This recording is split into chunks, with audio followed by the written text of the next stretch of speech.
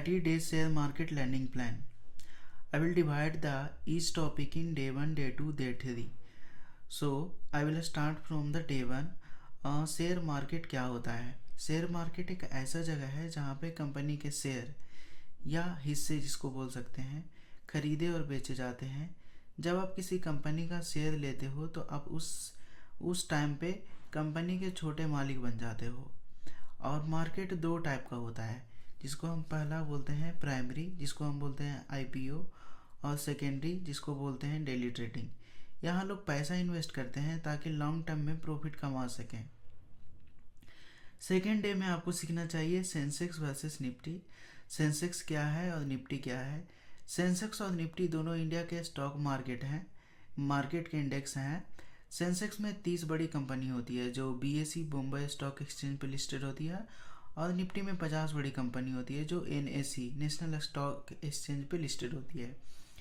ये index market का mood दिखाते हैं, जैसे कि मार्केट ऊपर जा रहा है या नीचे। इनको न्यूज़ में आप रोज़ देखने का आदत डालिए। डे थर्ड में आप सीखेंगे कि डीमेट अकाउंट क्या है। डीमेट अकाउंट एक डिजिटल लॉकर जैसा होता है जिसमें आपके शेयर रखे होते हैं। जैसे इसके बिना आप शेयर खरीद या बेच नहीं सकते हैं। आप ग्रो या जिरोधा ऐप स्टॉक जैसे ऐप में फ्री में डीमेट अकाउंट ओपन कर सकते हो। केवाईसी डॉक्यूमेंट, पैन, आधार रेडी रखो। अकाउंट खोलना ईजी है, 10 मिनट में ओपन हो जाता है। डे 4 में आपको सीखना चाहिए कि स्टॉक वर्सेस म्यूचुअल फंड है क्या। स्टॉक में आप एक स्पेसिफिक कंपनी में इन्वेस्ट करते हो, जैसे रिलायंस। म्यूचुअल फंड एक बास्केट होता है जिसमें कई स्टॉक होते हैं। ये सेफर ऑप्शन होता है बिगनर के लिए। म्यूचुअल फंड को एक एक्सपर्ट फंड जैसे फंड मैनेजर हैंडल करता है।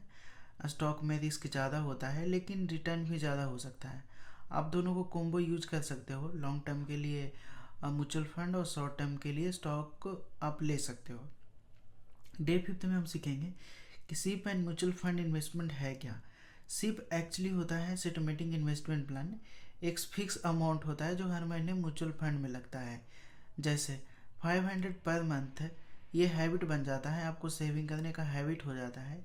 सिप से कंपाउंडिंग का फ़ायदा मिलता है, टाइम के साथ पैसा बढ़ता है। और म्यूचुअल फंड ऐप में आप कैलकुलेट करके देख सकते हो कि 10 साल में हमको कितना रिटर्न मिल रहा है और कितना मिल सकता है। सीप है जो सेफ है बिगनर के लिए। ये बिगनर फ्रेंडली ऑप्शन है। ये जितने भी टर्म मैं ऊपर में यूज़ किया हूँ, जैसे शेयर क्या होता है, डिविडेंड क्या होता है, आईपीओ क्या होता है, बुल मार्केट, बियर मार्केट, अभी मैं तुरंत आपको बताता हूँ। शेयर होता है, इसका मतलब होता है कंपनी का हिस्सा। डिविडेंड का मतलब होता है कंपनी का प्रॉफिट का एक हिस्सा जो शेयर होल्डर को मिलता है। और आईपीओ का मतलब होता है जब कंपनी पहली बार शेयर बेचती है तो उसको हम लोग आईपीओ बोलते हैं। और बुल मार्केट उसको बोलते हैं जब मार्केट ऊपर जा रहा है तो उसको हम लोग बुल मार्केट बोलते हैं। बियर मार्केट उसको बोलते हैं जब मार्केट नीचे जा रहा है। प्रैक्टिकली हम डे 7 में ये करना है हमको, इसमें सीखना नहीं है, करना आपको। प्रैक्टिकली करेंगे तो सीखेंगे। Money by control virtual trading account है, इस पे जा करके आप अकाउंट क्रिएट करिए। आपको 10 लाख रुपीज़ वर्चुअल पैसा मिलता है ट्रेडिंग के लिए। ये बेस्ट वे है, बिना रिस्क के आप सीख सकते हैं।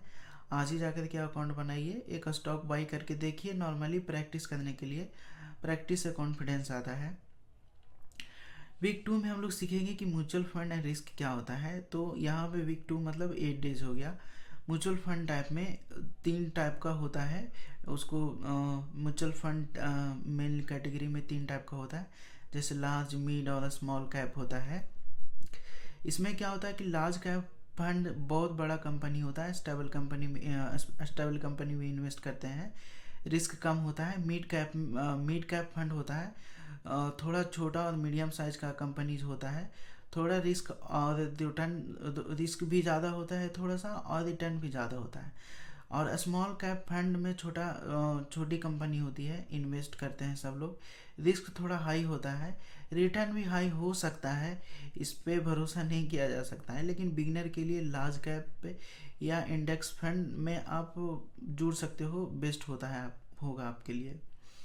डे 9 में हम लोग सीखेंगे कि expense ratio and CAGR report. Expense ratio वो परसेंटेज है जो फंड मैनेजर आपके इन्वेस्टमेंट से अपनी फीस के रूप में लेते हैं।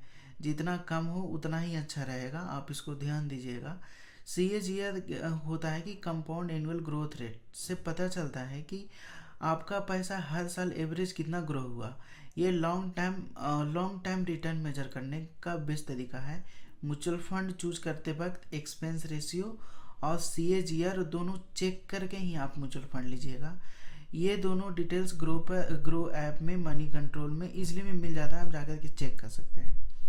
डे 10 में आप सीखेंगे कि रिस्क प्रोफाइलिंग यूज होता है। हर इन्वेस्टर का रिस्क प्रोफाइलिंग अलग होता है। कोई सेफ खेलता है, कोई हाई रिटर्न रिस्क खेलता है। और रिस्क प्रोफाइलिंग क्यूज आपको बताता है कि आपको कंजर्वेटिव हो या एग्रेसिव।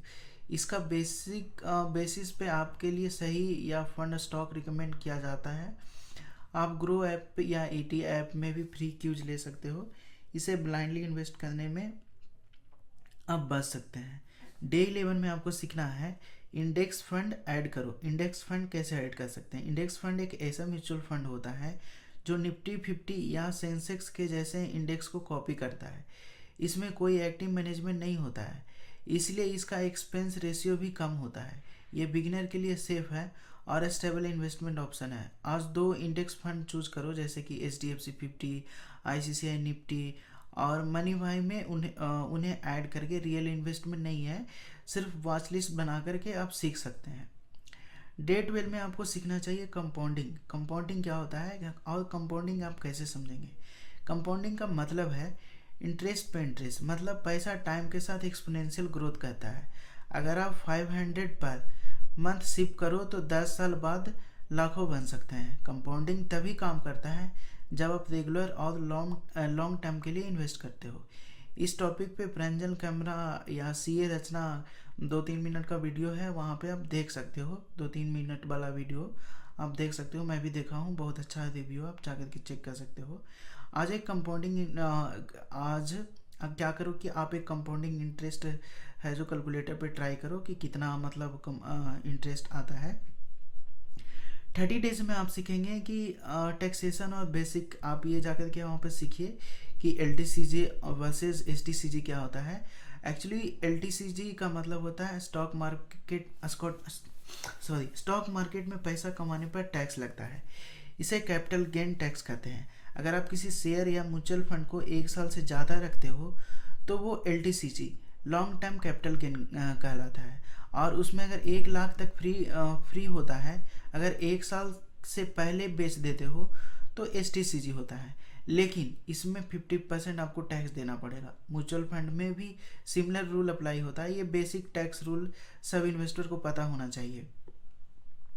डे 14 में क्या करना है आपको कि आपको रिव्यू करना है, कि आपको संडे को रिव्यू करना है कि आप पूरे वीक का रिव्यू करो, अपने नोट देखो और रिवाइज करो कि क्या क्या सीख लिया है, क्या समझ में नहीं आया, आप नहीं आया उनको आप मार्क करो। अगर कोई टर्म या टॉपिक क्लियर नहीं है तो यूट्यूब पे शॉर्ट्स वीडियो देख लो। आप किसी फ्रेंड को जो सिखाया, जिसको सिखा सकते हैं, आप उसको एक्सप्लेन करो। एक्सप्लेन करने से क्या होता है कि आप जल्दी और इजीली सीख सकते हैं। कोशिश करो कि ये वेस्ट रिवीजन होता है।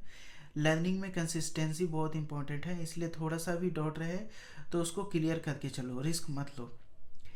डे 15 में आता है हमारा वीक 3। इसमें होता है कि स्टॉक फंडामेंटल। हमें सीखना है स्टॉक ऑफ फंडामेंटल क्या है। स्टॉक ऑफ फंडामेंटल होता है EPS। और EPS क्या होता है कि EPS होता है अर्निंग पर शेयर, बताता है कि कंपनी हर शेयर के लिए कितना प्रॉफिट कमा रहा है। जितना ज़्यादा उतना बेटर होगा। और price to earning EPE ratio, ये भी आपको ये बताता है कि लोग उस कंपनी में प्रॉफिट के कंपैरिजन में उसका शेयर कितना पैसे में खरीद रहे हैं। और PE बहुत हाई है तो शेयर महंगा हो सकता है, अगर बहुत लो है तो अंडर वैल्यू भी हो सकता है। तो ये दोनों नंबर चेक करके आप जज कर सकते हो कि स्टॉक का प्राइस सही है या नहीं। और ग्रो ऐप या screener.in पर ये डेटा इजीली में अवेलेबल होता है, आप वहाँ पर जा कर के चेक कर सकते हैं। डे 16 में आपको सीखना चाहिए कि book value and rate ROE। Book value का मतलब होता है कंपनी का टोटल एसेट माइनस लायबिलिटी। ये दिखाता है कि अगर कंपनी बंद हो गई तो पर शेयर कितना मिलेगा। Rate of interest return on equity बताता है कि कंपनी अपने शेयर होल्डर का जो पैसा कितने % यूज कर रहा है। अगर हाई ROE मतलब कंपनी पैसा अच्छे जगह पर लगा रही है, और अच्छी कंपनी का ROE होता है 50% या उससे ज़्यादा होता है। Screener.in पर दोनों देखने का ऑप्शन है, मिलता है, ट्राई करके देख लो आप वहाँ पर जा कर के।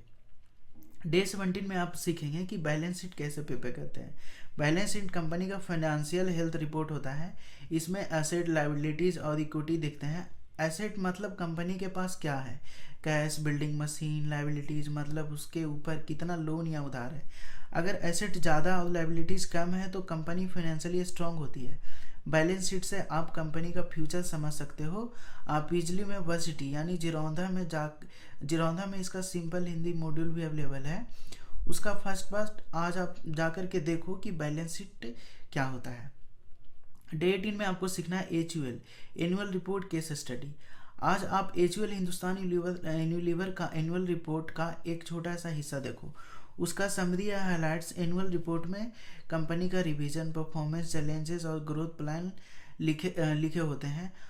आपको हर स्टॉक का नहीं लेकिन टॉप कंपनी का रिपोर्ट पढ़ना सीखना चाहिए। और PDF HUL की वेबसाइट पे मनी कंट्रोल पे मिल जाता है। सिर्फ 2-3 पेज ही पढ़ो, ज़्यादा पढ़ने का ज़रूरत नहीं है, जब बस हाईलाइट आपको समझना है। डे 19 सबसे ज़्यादा इम्पोर्टेंट है ये। स्क्रीनर फिल्टर प्रैक्टिस कैसे करते हैं। Screener.in पर एक टूल है जहाँ पे आप स्टॉक के फाइनेंशियल डेटा फिल्टर कर सकते हो। आज एक फ़िल्टर लगाओ, PE less than 25 and ROE greater than 25। ये प्रॉफिटेबल और अफोर्डेबल कंपनी दिखाएगा। ऐसे फिल्टर से आप 5000 स्टॉक में से 50 अच्छे स्टॉक मतलब सिलेक्ट कर सकते हो। और वॉच लिस्ट बना करके बेस्ट तरीका है, थोड़ा एक्सप्लोर करो, 3-4 कंपनी शॉर्ट लिस्ट करो। डे 20 में आपको पेपर ट्रेडिंग और आपको 5 फेक शेयर खरीदना है। मैं आपको बताता हूँ। मनी भाई पे पेपर ट्रेडिंग स्टार्ट करो, मतलब फेक पैसा से रियल मार्केट में प्रैक्टिस। आज 5 अलग अलग कंपनी का शेयर बाई करो, जैसे करो 5000 के अंदर, जिसका फंडामेंटल आपके चेक किया है। नोट करो कि कौन सी इंडस्ट्री है, प्राइस क्या है और क्या लिए। रियल पैसा नहीं लगता है तो फियर नहीं होगा। यही सीखने का बेस्ट ऑप्शन है। ये आपको रियल ट्रेडिंग के लिए कॉन्फिडेंट देगा। डे 21 में आपको क्या करना है कि वीकली रिकैप करना है। आज पूरे हफ्ते का नोट याद करो, जैसे EPS क्या होता है, PE क्या होता है, ROE क्या होता है, बैलेंस शीट क्या होता है, स्क्रीनर फिल्टर का जो 3 इंपॉर्टेंट चीज़ें हम आपको पहले बताएं कि कैसे फ़िल्टर करना है, आप उसको लिखिए। ये सबसे यूजफुल होगा। क्या सीखा, क्या मुश्किल लगा और क्या फिर से देखना चाहिए। शॉर्ट लिस्ट बनाओ, अपना वॉच लिस्ट स्टॉक का चार्ट चेक करो, प्राइस बढ़ गया या गिर गया। ये हैबिट बनेगी तो आप ग्रेजुअली प्रो बन जाओगे। वीक 4 में आपको क्या करना है, टेक्निकल बेसिक और प्रैक्टिस करना है। जैसे कि डे 22 में आपको हम प्रैक्टिकल करवाएंगे कैंडलिस्ट चार्ट बिजनेस। कैंडलिस्ट चार्ट स्टॉक का प्राइस है जो मूवमेंट दिखाता है। एक कैंडल टाइम पीरियड का हाई, लो, ओपन, क्लोज प्राइस बताता है। ग्रीन कैंडल का प्राइस ऊपर गया तो रेड कैंडल का मतलब होता है नीचे। चार्ट देखने से आप अंदाज़ा लगा सकते हो कि बायर्स या सेलर का प्रेशर ज़्यादा है। ट्रेंडिंग व्यू या ग्रो ऐप पे कोई स्टॉक का चार्ट खोल के ट्राई करो। वीडियो देखने के बाद 5 कैंडल का ऑब्जर्वेशन लिखो, कौन सा ऊपर गया, कौन सा नीचे गया। डे 23 में सपोर्ट एंड रेजिस्टेंस। सपोर्ट वो प्राइस लेवल होता है जहाँ पे स्टॉक रुक जाता है गिरते हुए, क्योंकि बायर्स आ जाते हैं। आप इसको ध्यान से समझिए, फिर से मैं आपको रिपीट करता हूँ। सपोर्ट एंड रेजिस्टेंस वो प्राइस लेवल होता है जहाँ पे स्टॉक रुक जाता है गिरते हुए, क्योंकि बायर्स आ जाते हैं। रेजिस्टेंस वो लेवल होता है जहाँ पे स्टॉक रुक जाता है बढ़ते हुए, क्योंकि सेलर आ जाते हैं। ये दोनों पॉइंट को आप याद कर लो। ये दोनों लेवल पे ट्रेडिंग काफ़ी होता है और ये रिवर्स या ब्रेकआउट का सिग्नल देता है। ट्रेडिंग व्यू पे हॉरिजॉन्टल लाइन टूल से एक स्टॉक का सपोर्ट रेजिस्टेंस मार्क करो। प्रैक्टिस आपको पैटर्न पहचानने आएगा। डे 24 में आपको सीखना है मूविंग एवरेज, मतलब उसका मतलब होता है MA। आप इसको टर्म को याद ही कर लो। मूविंग एवरेज प्राइस का एवरेज होता है। जैसे 20 डे MA का मतलब है पिछले 20 दिनों का एवरेज प्राइस। ये ट्रेंड बताता है कि अगर MA के ऊपर है अप ट्रेंड, नीचे है डाउन ट्रेंड, आप 20 MA और 50 MA कॉमनली यूज कर सकते हो डेली चार्ट में। जब शॉर्ट MA लॉन्ग MA को क्रॉस करता है तो बायस एंड शेयर सिंगल मिलता है। आज एक स्टॉक में 20 MA ऐड करो और ट्रेंड करो। डे 25 में आपको सीखना है कि RSI इंडिकेटर क्या होता है। RSI इंडिकेटर का मतलब होता है रिलेटिव स्ट्रेंथ इंडेक्स। ये बताता है कि स्टॉक ओवर ब्रॉड है या ओवर सोल्ड। RSI 70 के ऊपर हो तो ओवर ब्रॉड, शायद प्राइस गिरा हुआ है, शायद प्राइस गिरे सॉरी, और 30 के नीचे हो तो ओवर सोल्ड, शायद प्राइस बढ़े। ये सिग्नल देता है कि कब स्टॉक एंट्री या एग्जिट करना चाहिए। RSI यूज करके चार्ट में RSI का यूज करके चार्ट में करने के लिए इंडिकेटर सेक्शन में जाओ और RSI ऐड करो। आज एक स्टॉक का RSI चेक करो और नोट करो कि बाइंग जोन में है या नहीं है। डे 26 में सीखना है वर्चुअली इंट्राडे ट्रेडिंग।